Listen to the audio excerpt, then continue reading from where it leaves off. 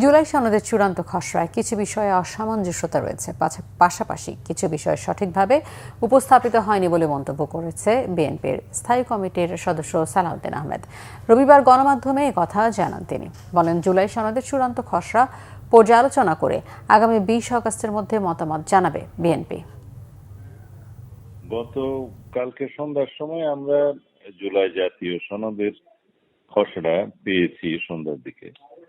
আমরা এর উপরে একটু দেখে পর্যালোচনা করে আলাপ করে আমাদের মতামতটা নির্ধারিত সময়ের ভিতরে জানিয়ে দেব। আপাতত দেখে যেটুকু মনে হয়েছে কিছু বিষয়ে অসামঞ্জস্যতা আছে, আর কিছু বিষয়ে সঠিকভাবে উপস্থাপিত হয়নি। তবে এগুলো আমরা আমাদের মতামতে উল্লেখ করে তাদেরকে জানিয়ে দেব। ওনারা 20 তারিখের মধ্যে পাঠাতে বলেছেন।